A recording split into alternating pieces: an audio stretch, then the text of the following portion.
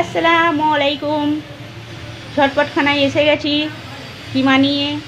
এখানে 250 কিমা নিয়েছি, ধনেপাতা নিয়েছি, পেঁয়াজ নিয়েছি আর 2টো কাঁচা লঙ্কা নিয়েছি।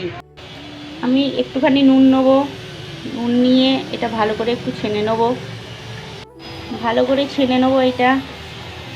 দেখুন আমি কিমার জন্য কী কী নিয়ে নিয়েছি। কিমা, আদা রসুন, গরম মশলা, হলদি, লঙ্কা, জিরে, ধনে, আর এটা মিক্স করে নিলাম। এবার মেখে নেবো সব। এই এতটা কিমাতে এইটুকু বেসন লাগবে। বেসনটা কম দেবেন, তবেই কিমা এই কুকটা ভালো হবে। আর মেখে নেবো আমি। আপনারা এইভাবে কিমা মাখবেন, হেভি সুন্দর খেতে লাগবে। মাখা হয়ে গেলে একটুখানি তেল দেবো, বেশি নয়, ব্যাস একটুখানি। কিমা মাখা হয়ে গেছে।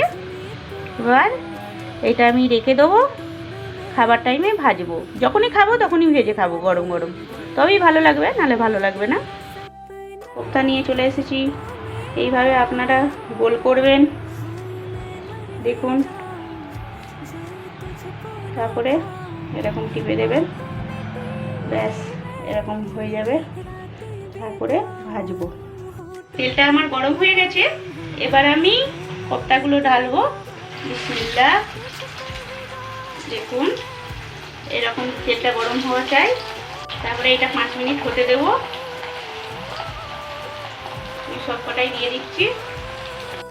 5 মিনিট এটা এরকম রাখতে হবে।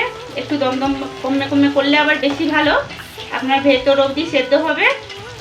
এখন 5 মিনিট আমি একটু দম কমাবো, কমে রাখবো ভেতর অবধি সেদ্ধ হওয়ার জন্য। আমি এবার গ্যাসটা অফ করে দিয়েছি।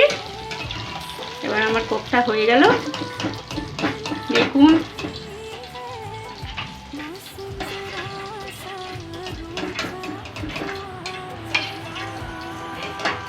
দেখুন কত সুন্দর হয়েছে, মচমচে কোপ্তা।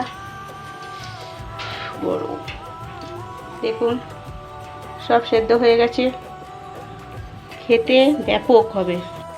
আজকে আমাদের আলু ছানা, কোপ্তা, ডাল হয়েছে।